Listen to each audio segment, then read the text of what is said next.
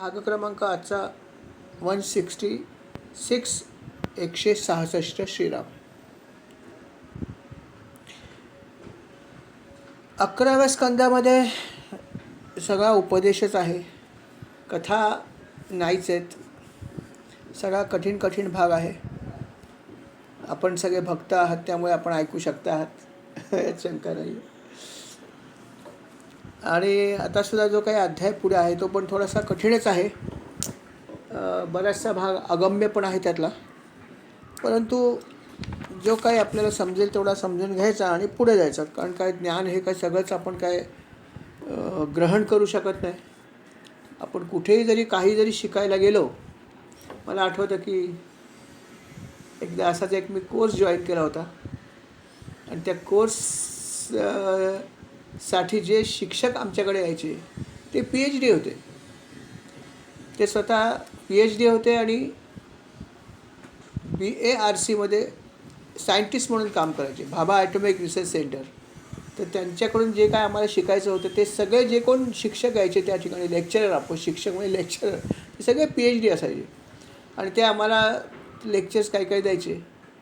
अर्थात आम्ही कुठे आणि ते कुठे, आम्ही ऐकण्याचं श्रवण करायचं, ते त्यांचं सांगण्याचं काम करायचं. तेव्हा ते म्हणायचे की आम्ही इथून सांगण्याचा जे काय आहे तो प्रयत्न करतो, पण त्यातल्या किती गोष्टी तुमच्यामध्ये आत जातील ते माहीत नाही.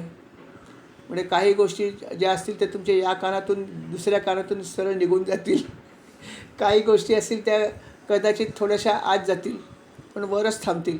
काही गोष्टी कदाचित थोड्या अजून खोल जातील आणि काही गोष्टी आहेत त्या खऱ्या अर्थाने तुमच्या हृदयात पोचतील, ज्या तुम्हाला नंतर वापरता येतील. म्हणजे असं हे सगळ्या ठिकाणीच असतं. तसं सांगण्याचं काम ते म्हणाले आम्ही करतो. हे मला सगळं आठवलं. गंमत आहे की तसा हा अध्याय आहे, बराचसा कठीण अध्याय आहे, तसा अगम्यच आहे. जेवढा आपल्याला समजेल तेवढा प्रयत्न करायचा. मी पण सांगण्याचा प्रयत्न करणार आहे महाराजांच्या कृपेने. जो समजेल तेवढा समजेल, बाकीचं आपण श्रीराम म्हणायचं आणि पुढे जायचं. तर या अध्यायामध्ये पण त्याने उपदेश पण केला आणि काही माहिती पण दिली. आणि अर्थात माहिती थोडीशी कठीणच आहे, थोडीशी क्लिष्ट पण आहे. पण त्यातला थोडासा गम्य भाग जो आहे तो आपण समजण्याचा प्रयत्न करूया. श्रीराम भगवंत उपदेश करतायत उद्धवाला आणि ते काय म्हणतायत की उद्धवा असं आहे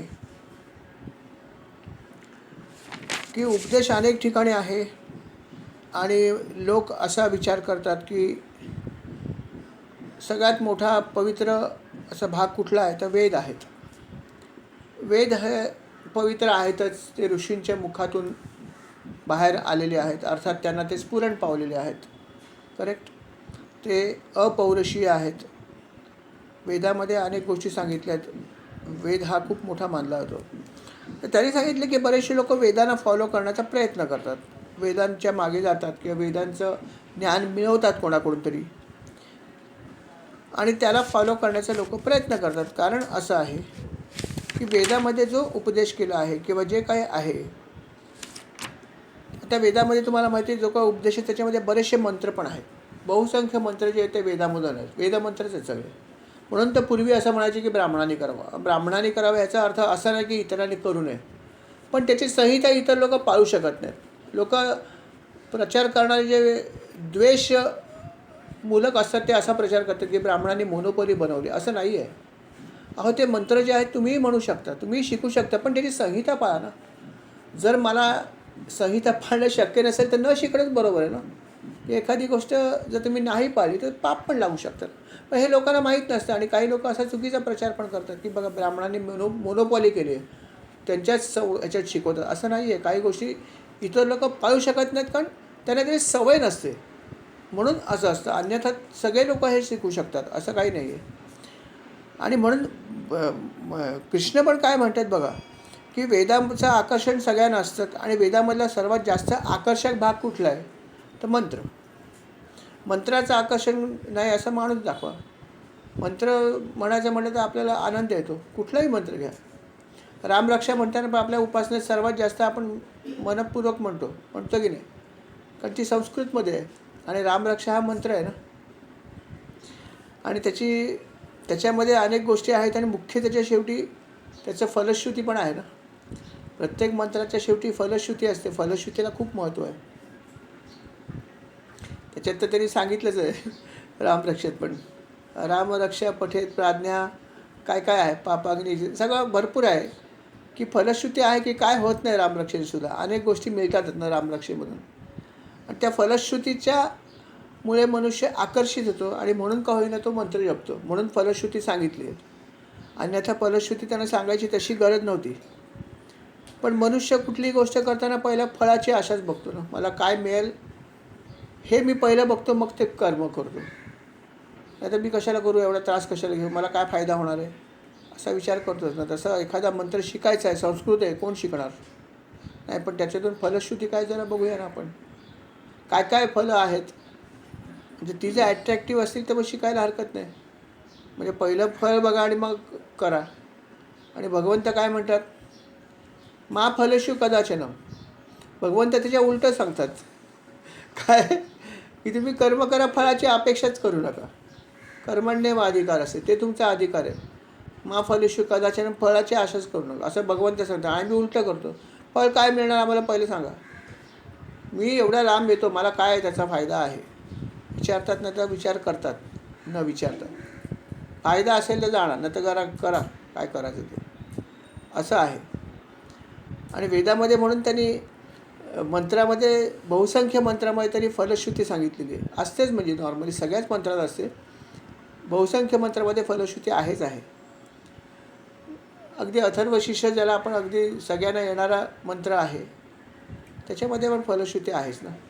ती फलश्रुती जर आपण ऐकली तर आपण नक्कीच तो मंत्र म्हणू की हे चांगलं आहे बाबा, खूप लाभ आहे, पापं नष्ट होतात, काय काय मिळत नाही.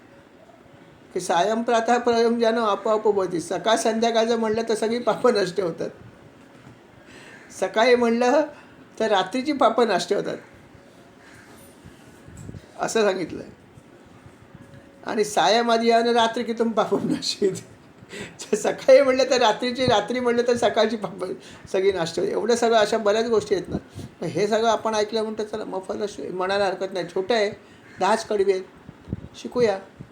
कमी वेळात जास्त फायदा आहे, आपला व्यवहार आहे सगळा. आणि त्या आकर्षणामुळे का होईना पण मनुष्य मंत्र शिकतो. भगवंत काय म्हणतात असे नका, त्याच्यामुळे का होईना मंत्र म्हणतोय ना, निदान चांगली गोष्ट आहे म्हणून ते फलश्रुती सांगितली आहे. जसं लहान मुलाला आपण सांगितलं अमकी गोष्ट करतो, करत नाही, त्याला सांगतो हे करशील का, तुला चॉकलेट देतो. चॉकलेट देतो म्हणलं की तो कधी कधी न करणारी गोष्ट पण करायला तयार होतो. हो चालेल, मम्मी मला कुठलं चॉकलेट देणार, चल तुला कुठलं पाहिजे, कॅडबरीज पाहिजे, मग माझं ऐकशील का, हो हो, मग झालं, मग तो करतो, कारण का चॉकलेटची आशा. तशी आमची पण तीच अवस्था आहे. आम्ही देवाला सांगतो तुझं काय केलं तर आम्हाला फायदा काय होणार सांग, कुठल्या देवाचा करू. राक्षसाने काय केलं, आपण राक्षस नाही आहोत तरी पण काय फरक आहे. राक्षसाने नेहमी प्रश्न काय विचारला शुक्राचार्यानं, की कुठल्या देवाची उपासना करू सांगा आणि लवकर कुठला प्रसन्न होईल सांगा, आम्हाला वेळ नाही जास्त, कोण उपासना करेल, हीच भावना आहे. म्हणून लवकर कोण प्रसन्न होईल तो सांगा, ते लवकर शिवशंकर होणार. म्हणून 90% देव दानव सगळे शंकराचे उपासक आहेत, कारण स्वार्थबुद्धी जास्त आणि तामसी वृत्ती पण होती. मानवाकडे तितकी वृत्ती तामसी नाही आहे, पण स्वार्थबुद्धी भरपूर आहे. स्वार्थबुद्धीमध्ये आपला हात कोणी धरणार नाही. मानव प्राणी सर्वात जास्त स्वार्थी आहे, सर्वश्रेष्ठ आहे या बाबतीत, इतका कुठलाच प्राणी नाही आहे. आणि ती जागृत आहे हे वेद ज्यांनी रचले त्यांना माहीत होतं ना. आणि म्हणून त्यांनी वेद जेव्हा निर्माण केले तेव्हा फलश्रुती पहिली निर्माण केली असेल आणि ती फलश्रुती वाचूनच मनुष्य उपासना करतो. म्हणून त्यांनी सांगितलं की जास्तीत जास्त लोक कर्मकांड का करतात, तर त्याच्यामध्ये आकर्षण असतं की अमकी पूजा झाली की हे फळ मिळतं, त्यांचं तसं झालं की हे मिळालं, हे सगळं त्यात असतं. कथा असते, कुठलीही हे घ्या कथा असते, त्याच्यात फलश्रुती सांगितलेली असते आणि मग आपण त्याच्यामुळे ती करतो. कोणी जे काय देवाचं काय करत नाही ते सत्याची पूजा तरी करतातच, कारण त्याची कथा माहीत असते आपल्याला की कितीतरी तुम्हाला त्याचा लाभ होतो आणि होतो, तो काहीच प्रश्न नाही आहे. म्हणून का होईना परंतु मनुष्य देवाचं काहीतरी करतो, हा महत्त्वाचा भाग आहे, तो करायला पाहिजे. म्हणून भगवंत म्हणतात की बहुसंख्य लोक जे आहेत ते कर्मकांडाच्याच मागे जातात आणि नंतर कर्मकांडाला सर्वस्व समजतात. हा भाग चुकीचा आहे त्यांचं म्हणणं. कर्मकांड तुम्ही करा, पण त्याला एक मर्यादा ठेवा. त्याच्या पलीकडे जाऊन भक्ती आहे ना, ती करा. अर्थात कधी कधी असं घडतं सुद्धा की कर्मकांड करता करता मनुष्य हळूहळू आपोआप भक्तीकडे येतो. आपोआप येतो, कारण त्याच्यामुळे शक्ती पण आहे ना. भक्तीमध्ये शक्ती आहे. त्यामुळे भक्ती करता करता कर्मकांड बघत जरी मी केली तरी अभ्यास तर होतोच ना, आणि अभ्यासाचं फळ मिळतंच. आणि मग मनुष्य कधी कधी कर्मकांडातून या हळूहळू भक्ती मार्गाकडे येतो. बहुसंख्य लोकांचं असंच असतं, करत करत हळूहळू पुढे जातात. म्हणून भगवंत म्हणतात असं असलं तरी हरकत नाही, तुम्ही करा. जे तुम्हाला आवडेल ते करत राहा. बाकीचा उपदेश तुम्हाला आपोआप समजेल. करून करून प्रगती झाली की एक एक गोष्टी समजायला लागतात. अन्यथा नुसता उपदेश समजून आपण काय करू शकत नाही. उपदेश खऱ्या अर्थाने अंमलबजावणी करण्यासाठी पण आपली आध्यात्मिक प्रगतीच झाली पाहिजे. आणि ती प्रगती जसं जसं आपण करू तशी तशी होत राहते. हळूहळू होते, पण वेळ लागतो, लक्षात ठेवा. आणि हे सगळं करण्यासाठी अर्थात महत्त्वाचा भाग म्हणजे आपली मन आहे की जिच्यावर आपण नियंत्रण ठेवलं पाहिजे. मनावर नियंत्रण ठेवलं तर बऱ्याच गोष्टी करता येतात. व्याख्या तर आपण काल ऐकल्याच आहेत. यमनियमाच्या किती प्रकारच्या व्याख्या आहेत, किती काय काय आपल्याला कंट्रोल करायचे, किती कठीण आहे, हे सगळं आपण ऐकलेलंच आहे. आणि मग हे सगळं करण्यासाठीच तुम्ही उपासना सातत्याने करा, दृढ निश्चयाने करा. निश्चय तुमचा पक्का पाहिजे की नाही मी करणार म्हणजे करणार. आणि आणखीन दोन गोष्टी त्याच्या जोडीला पाहिजेत. ते म्हणजे काय, सातत्याची जोड आहे श्रद्धा आणि प्रेम. श्रद्धा तर हवीच आहे, पण श्रद्धा कशी निर्माण होऊ शकते का, तर फळ जेव्हा एखाद्याला मिळतं तेव्हा आपण म्हणतो अरे यार यांनी उपासना केली त्याला फळ मिळालं, मग थोडंसं त्याच्यामुळे मी करू शकतो. श्रद्धा निर्माण होऊ शकते. आणि श्रद्धा निर्माण झाली तर फळ मिळू शकतं. आणि मग त्यांनी म्हटलं की दुसरं जोडीला अजून एक काम करा की माझं भजन पण करा. भगवंत म्हणतात की हे सगळं करताना माझं भजन करा आणि प्रेमाने करा. प्रेम पाहिजे मात्र. अर्थात ते सुद्धा अगोदर नसतंच, परंतु नंतर येतं ना करून करून. भजन करायला सगळ्यालाच आनंद होतो. एकादशीला भजन करायचं सगळे लोक भजन करतात, अगदी ज्यांना कोणीही राहत नाही. चांगलीच गोष्ट आहे ती, कारण भजनाचा आनंद भगवंताला पण येतो. भगवंताला भजन खूप प्रिय आहे आणि भजनाने मनुष्य खूप लवकर प्रगती करतो असंही म्हणलेलं आहे. म्हणून तर भजन सेवेला खूप महत्त्व आहे. आणि म्हणून आपण सुद्धा असं एक ठरवलं मनाशी की बाबा जेव्हा एकादशी येईल त्या दिवशी आपण भजन सेवा करायची. आणि ती आता उद्या आहेच एकादशी, तर भजन सेवा आपण जरूर करूया. तर भजन सेवासुद्धा भगवंत म्हणतात की ती पण तुम्ही करत राहा. या भजन सेवेने सुद्धा तुम्ही माझ्याकडे लवकर याल. वाटचाल जी तुमची आहे त्याच्यामध्ये तुम्ही माझ्याकडे लवकर यायचं तर भजन जरूर जरूर करा. म्हणून आपण भजवनाची पण एक फ्रिक्वेन्सी ठेवली पाहिजे की मी बाबा 8 दिवसांतरी एकदा काहीतरी भजन सेवा करीन. आलटून पालटून सगळ्या सेवा केल्या पाहिजेत. कधी हे करीन, कधी नामस्मरण करीन, काय करीन. नवविधी भक्तीचे मार्ग आहेत.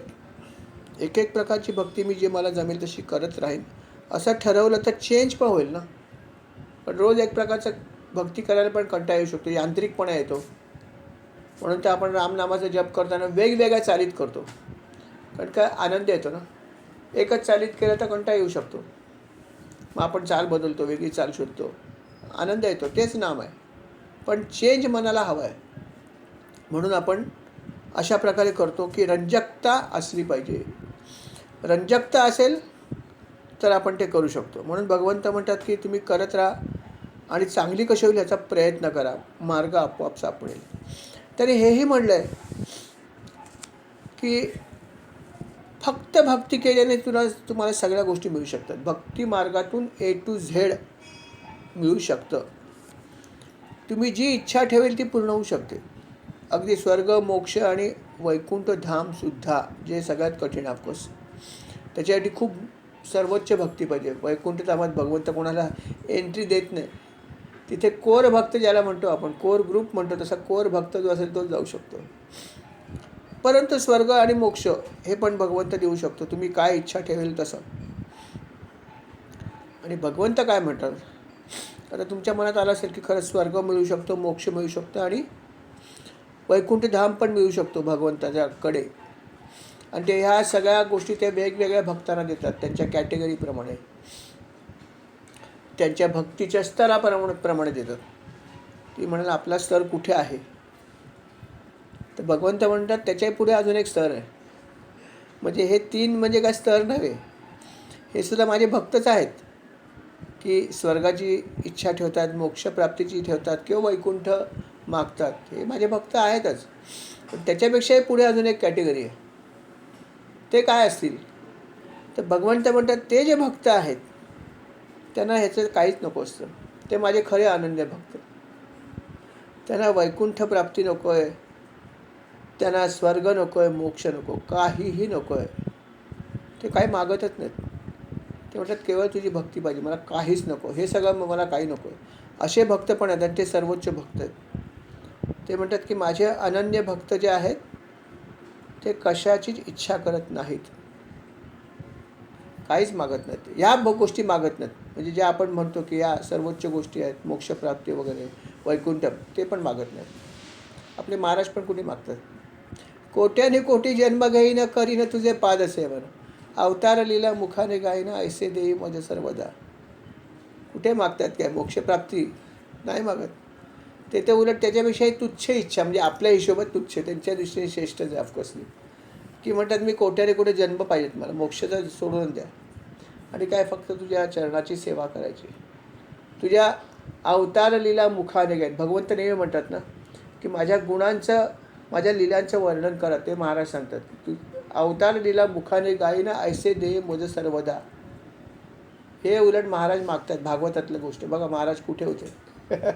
आपण एक ग्रंथ वाचल्यावर म्हणतोय महाराज सगळ्याच्या पलीकडे होते.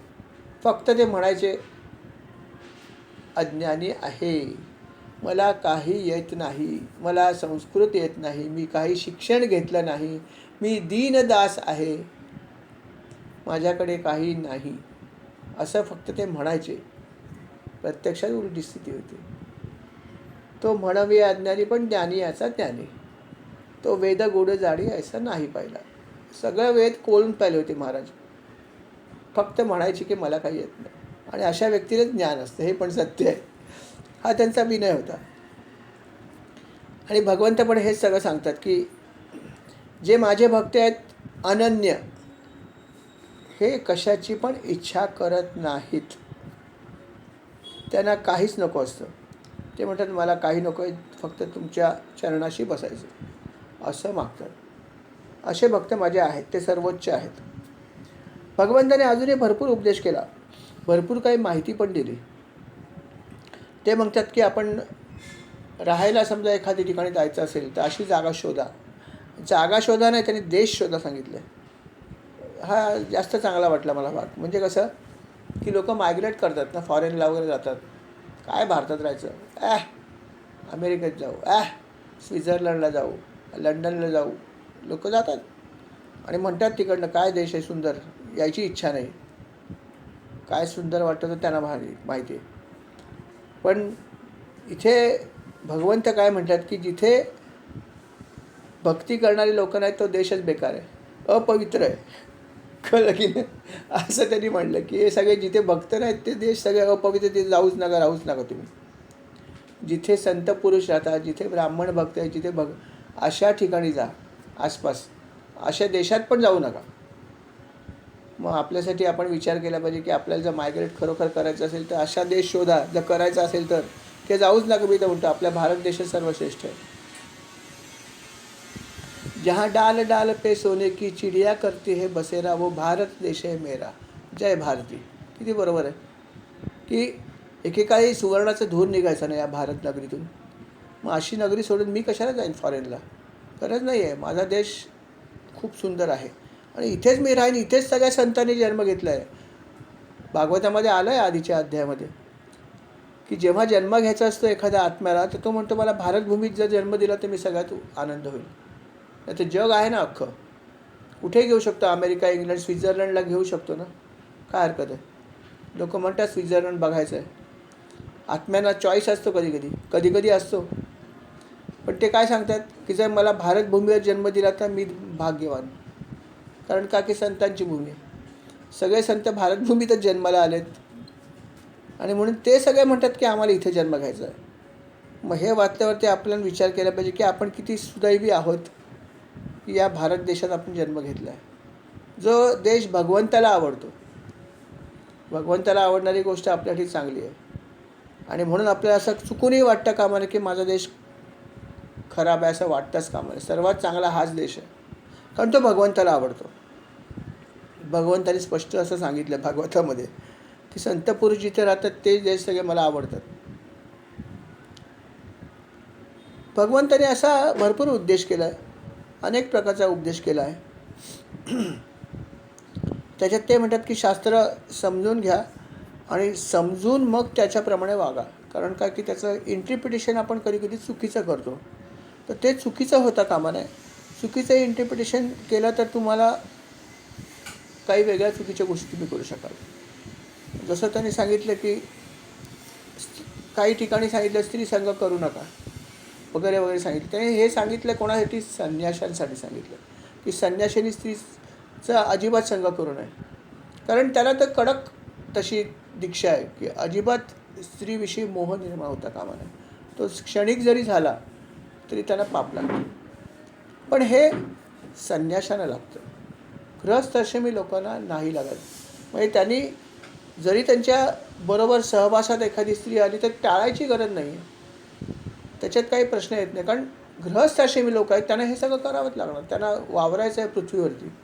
त्यांची जे काही प्रकारचं त्यांचं काम आहे त्याच्यामध्ये हे होऊ शकतं, त्याच्यामध्ये काही दोष लागत नाही त्यांनी म्हटलं. आणि शेवटी मनामध्ये एखादी इच्छा होणं आणि त्याच्या मागे जाणं ह्यात फरक आहे.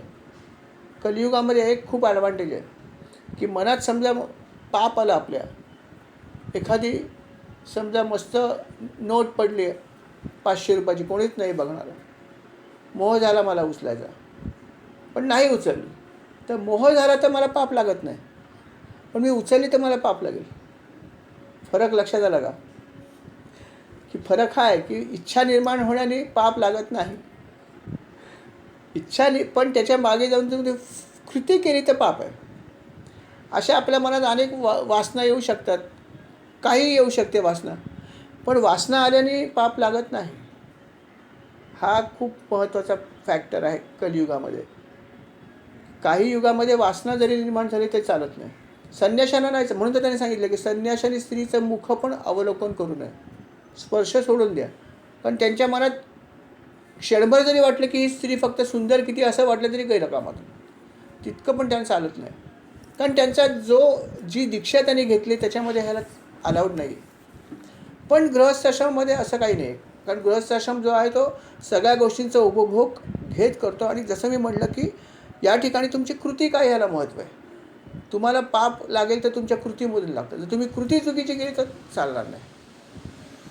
म्हणून मनामध्ये जरी एखादी गोष्ट कधी आकांक्षा आली तरी त्याच्यामुळे तुम्हाला पाप लागत नाही. त्यामुळे त्यांनी सांगितलं की नियम जे आहेत ते कुठल्या ठिकाणी तुम्ही कशा प्रकारचं कर्म करता ह्याच्यावर अवलंबून आहे. इतकंच कशाला, भगवंताने असंही सांगितलं की काय काही ठिकाणी कर्म वरून जरी चुकीचं असलं तरी चालू शकतं, इंटेन्शन चांगलं पाहिजे. म्हणजे माझा हेतू जर चांगला असेल तर कदाचित एखादा कर्म वरून जरी खराब असलं तरी चालू शकेल, पण माझा उद्देश चांगला पाहिजे. जसं महाभारतामध्ये त्यांनी उदाहरण दिलंच आहे ना, अर्जुनाला सांगितलंच होतं ना की जेव्हा युद्ध करत होता त्या युद्धामध्ये जेव्हा कर्णाशी त्याचं युद्ध सुरू होतं, कर्ण खूप पराक्रमी होता, घनघोर युद्ध झालं. कर्ण सेनापती होता त्यावेळेस, लक्षात ठेवा, कर्ण सेनापती झाला होता आणि घनघोर युद्ध करत होता. आणि घनघोर युद्ध करताना जेव्हा त्याचं चाक अडकलं, जमिनीमध्ये गेलं, तेव्हा तो खाली उतरला आणि चाक बाहेर काढायला लागला. तेव्हा धनुष्य खाली ठेवलं. तेव्हा अर्थात अर्जुनाने पण आपलं धनुष्य खाली ठेवून दिलं. म्हणलं तो जेव्हा परत धनुष्य घेईन मी त्याला बाण मारीन, कसं मारणार ना. आणि तेव्हा कृष्ण काय म्हणाले, अरे काय करतोस अर्जुना तू, अरे संधी घे, बाण मार त्याला. त्यांनी धनुष्य खाली ठेवलं आहे, हीच तर संधी आहे. अर्जुन म्हणाला काय सांगताय तुम्ही मला, अहो हे अधर्म आहे, आपण क्षत्रिय आहोत, धर्म काय सांगतो. निशस्त्र माणसावर शस्त्र चालवायचं आणि मी क्षत्रिय आहे. एका क्षत्रियावरती मी जो निशस्त्र असताना चालवणार, त्याने हातात घेऊ ते धनुष्यबाण, मी आहेच घेऊन बसलोच आहे, वाटच बघतोय, मी नाही चालवणार. आणि असा सगळा संवाद चालू असताना कर्णाने परत धनुष्य उचललं आणि बाण सोडला. लगेच अर्जुनाने त्याला उत्तर दिलं. परत युद्ध सुरू झालं. थोडा वेळ युद्ध केल्यानंतर कर्णाने परत धनुष्य खाली ठेवून दिलं आणि परत खाली उतरला. का तर रथ त्याचा फिरत नव्हता. शेवटी कसं असतं की रथावरती अर्जुन स्वार झाला, तो पण स्वार झाला, पण याचा रथ अडकून पडला जमिनीमध्ये आणि ते चाक निघत नाही आहे. जो त्याचा सारथी होता त्याच्याच्याने ते निघत नव्हतं. परत एकदा कर्ण खाली उतरला, धनुष्य हातातला खाली ठेवून दिलं, चाकाला हात घातला. अर्जुनाने लगेच तत्परतेने आपलं धनुष्य बाजूला ठेवून दिलं. भगवंत बघतात, अरे काय करतोयस काय तू, मार बाण. अरे काय तुम्ही सांगताय, अरे मार बाण लवकर. अहो अधर्म मी करत नाही, मी अधर्म करू शकत नाही, मी तुला अधर्म सांगीन का करायला कमी. असं कसं म्हणतोस, मी तुला अधर्म करायला सांगीन का. अरे भगवंता, असं म्हणता म्हणता परत त्यांनी बाण धनुष्य हातात घेतलं. कर्णसुद्धा काय हुशार होता. कर्णाने परत हातात धनुष्य घेतलं, परत युद्ध सुरू केलं. अर्जुनाने परत उत्तर दिलं. परत थोड्या वेळाने त्यांनी परत धनुष्य खाली ठेवलं. ज्यावेळेस भगवंत म्हणलं की आता संधी सोडू नकोस, संधी परत परत येत नाही, मी काय सांगतो नीट ऐक, ही माझी आज्ञा आहे. तुला स्पष्टीकरण मी देत बसलो तर हा परत धनुष्य उचलेल आणि युद्ध करेल, आणि हातात धनुष्य असेल तर कर्णाला हरवणं हे तुला शक्य नाही, हे मला माहीत आहे. किती तू युद्ध कर. तेव्हा आता माझी आज्ञा आहे, त्याला बाण मार. आज्ञा म्हटल्यावरती अर्जुनाला खूप कठीण वाटलं, पण तो मानायचा भगवंताला, गुरुच मानायचा ना. तो म्हटला, मला तू गुरु मानतोस ना, मग गुरुची आज्ञा आहे, बाण मार. आत्ता या क्षणी तुला बाण मारायचा आहे, त्याचा वध करायचा आहे. वध करायचं हे पण सांगितलं, कारण अर्जुन बाण मार म्हणल्यावरती एखाद्या हाताला मारेल, पायाला मारेल, त्याला माहीत होतं आपला शिष्य काय येतो. ते म्हणले याचा वध तुला आता करायचा, ही माझी आज्ञा आहे. असं बोलल्यावर अर्जुनाचा नाईलाज झाला. त्याला पटत नव्हतं मनाने की हे चुकीचं चालू आहे. भगवंतानी सांगितलं, हातात बाण घेतला, कर्णाकडे एकदा बघितलं आणि डोळे मिटले. मी बघू शकत नाही त्याचा वध होताना, कारण मी पाप करतोय ना. बघितलं फक्त आणि डोळे मिटले. अर्जुनाचा तर तुम्हाला माहिती आहे, धनुर्वेदी मोठा होता, त्याला फक्त डोळे बंद करून सुद्धा वेध घेता यायचा. डोळे बंद केले आणि बाण सोडला, अर्थात बाणाने आपलं काम केलं. एका बाणामध्ये त्याचं मस्तक जे आहे ते धडा वेगळं केलं. कर्ण गतप्राण झाला. डोळे उघडले आणि अर्थात अर्जुनाच्या डोळ्यामध्ये अश्रू होते. त्याला माहीत होतं की इकडे काय घडलं ते. भगवंत म्हणाले, अश्रू कशाला ढाळतोयस, तू गुरु आज्ञेचं पालन केलं आहेस, अजिबात चुकीचं नाही केलं. आता तर स्पष्टीकरण मी देतो, कारण वेळ आहे. आता तो मृत झाला, आता तो काही जिवंत होत नाही, आता तुला सांगतो काय केलं असते. मग त्याने स्पष्टीकरण दिलं की तू म्हणतोस तो नियम बरोबर आहे, अधर्मयुद्ध आहे हे. तुला माहीत आहे धर्माची की निशस्त्र माणसावर शस्त्र चालवू नये, हे खरा क्षत्रिय जो असतो तो असं करतो. तू बरोबर सांगत होतास, पण त्याच्यामागे दुसरा भाग कुठे तुला माहिती आहे. दुसरा भाग हा आहे की धर्मयुद्ध त्याच्याशी करावा जो स्वतः धर्म पाळतो त्याच्याशी. कर्णाने कधी धर्म पाळला आहे, कर्णाने कधीही धर्म पाळला नाही. त्यांनी सगळ्या गोष्टी अधर्मानेच केल्यात ना. फक्त तो म्हणला तुला एकच उदाहरण दे तर मला बास आहे, अनेक द्यायची गरज नाही. अरे तुझ्या मुलाला मारलं तेव्हा काय केलं, अभिमन्यूचा वध कसा केला. तुझा मुलगा जेव्हा युद्धावरती आला होता, जेव्हा तिथे द्रोणाचार्यांनी चक्रव्यूह रचला होता, तो आतमध्ये एकटा शिरला, सगळे पांडव बाहेर राहिले, आणि तेव्हा युद्ध करताना 5 महारथी एकत्र आले आणि 5 एकट्या धरशी युद्ध केलं आणि 5 मिळून त्याला जखमी केलं आणि 5 मिळून त्याचा वध केला. हा अधर्म होता की नाही. हो, हा तर अधर्म. अधर्माने लढले म्हणून त्याचा वध झाला. त्याच्यामध्ये कर्ण पुढे होता, सर्वात पुढे कर्ण होता, त्याच्या मागे बाकी लोक होते. आता कर्ण जर एवढा खरोखर धर्म पाळणार असा तर त्यांनी सांगायला पाहिजे होतं की मी युद्ध करणार नाही, तुम्ही पण करू नका, हा अधर्म आहे. पण कर्ण पुढाकार घेतला आणि युद्ध केलं, त्याचा रथ तोडून टाकला. हे सगळं कर्णाने केलं, त्याला निशस्त्र बनवलं आणि त्याचा वध दुर्योधनाच्या मुलांनी केला. पण हे कोणामुळे घडलं, कर्णामुळे घडलं. मग हे धर्मयुद्ध होतं का, नव्हतं. मग जो धर्म पाळत नाही त्याच्यासाठी धर्म पाळणं कितपत योग्य आहे, अजिबात योग्य नाही. आता काय म्हणतोस, तो म्हटलं भगवंता किती बरोबर सांगितलं, पण हे सगळं मी तुला आधी सांगितलं नाही, कारण असं सांगायला बसलं असतं तर परत त्यांनी बाण मारला असता. म्हणून मी तुला आज्ञा दिली की तू पहिल्यांदा त्याचा वध कर आणि माझी आज्ञा आहे, आणि म्हणून तू बाण चालवलं डोळे मिटून. आता काय वाटतं. नाही म्हटलं भगवंता, मला अर्थ समजला नव्हता खऱ्या अर्थाने काय होता, तर तुम्ही सांगितलं. असं सगळे उपदेश जे आहेत त्याच्यामध्ये बरेच प्रत्येक उपदेशाचे अनेक अर्थ निघतात. इंटरप्रिटेशन इज व्हेरी इम्पॉर्टंट, म्हणून तर निरूपण करण्याला महत्त्व आहे. पुस्तकामध्ये अनेक गोष्टी आहेत, पण त्याचं इंटरप्रिटेशन कसं करायचं, त्याचं विश्लेषण कसं करायचं, प्रत्येक प्रसंगात वेगवेगळं आहे. खूप कन्फ्युजिंग आहे असं आपल्याला वाटतं, पण कन्फ्युजिंग नाही आहे. विचार केला तर कन्फ्युजिंग नाही आहे, विचार नाही केला तर कन्फ्युजिंग आहे. म्हणून तर भगवंत स्वतःच म्हणतात की जे काय नियम आहेत, जे काय सांगितले ते सगळ्या तुम्ही नीट समजावून घ्या. जो नियम एका ठिकाणी बरोबर आहे तो दुसऱ्या ठिकाणी बरोबर ठरत नाही.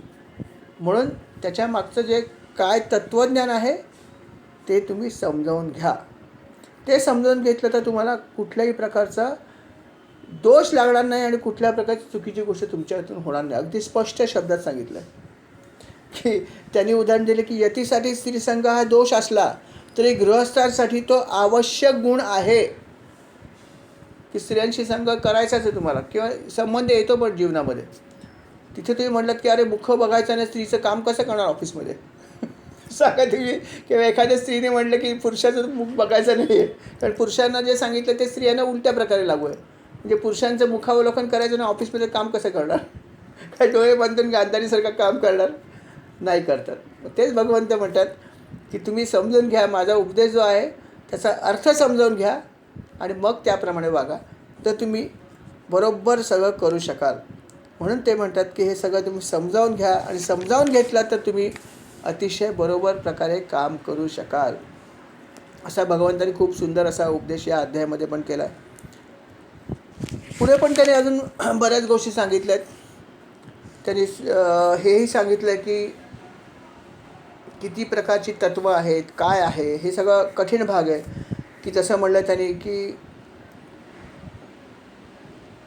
पुरुष, प्रकृती, महतत्व, अहंकार, आकाश, वायू, तेज, जल, पृथ्वी अशी तत्त्व आहेत 9. त्याच्यानंतर कान, त्वचा, डोळे, नाक, पंच इंद्रिय आहेत, जीभ.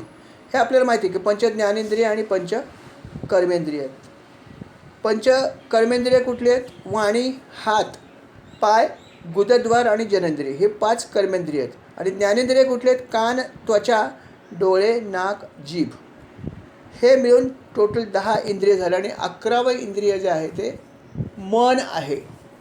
सगळ्यात महत्त्वाचं की सर्वांमध्ये नियंत्रण मनाचं आहे, बरोबर आहे.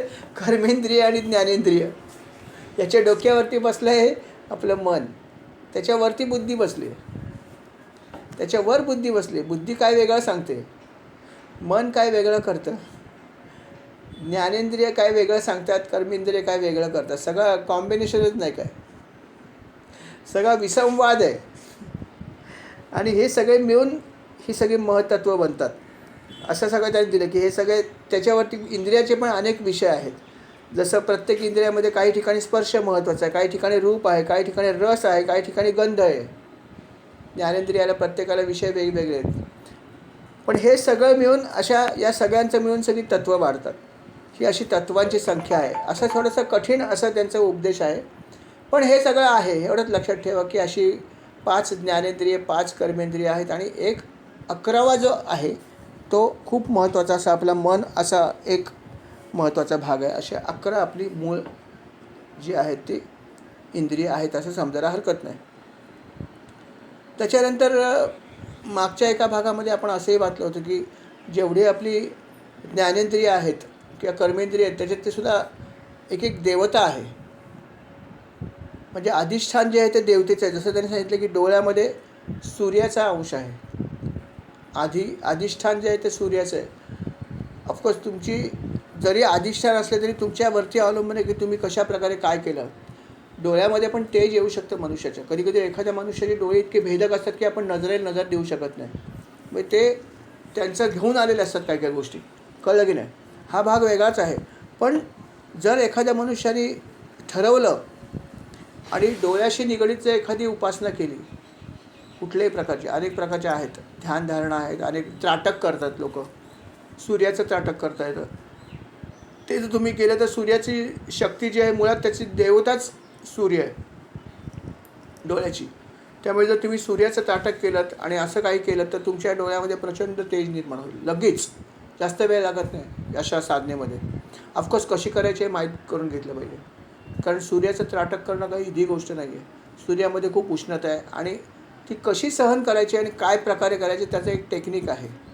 ते समजावून घेतलात आणि जर केलं तर तुम्हाला तुमचा हा जो नेत्र आहे त्याच्यामध्ये प्रचंड तेज निर्माण होईल. कारण त्याची देवताच मुळात सूर्य आहे. त्यामुळे असं प्रत्येक इंद्रियाची एक देवता आहे, अधिष्ठाती देवता आहे. तर ती कुठली आहे हे जाणून घेऊन जर आपण थोडीशी त्याची जर विशिष्ट प्रकारे जर उपासना केली तर त्या इंद्रियामधली शक्ती जागृत होऊ शकते. नेत्रामध्ये अमाप शक्ती येऊ शकते.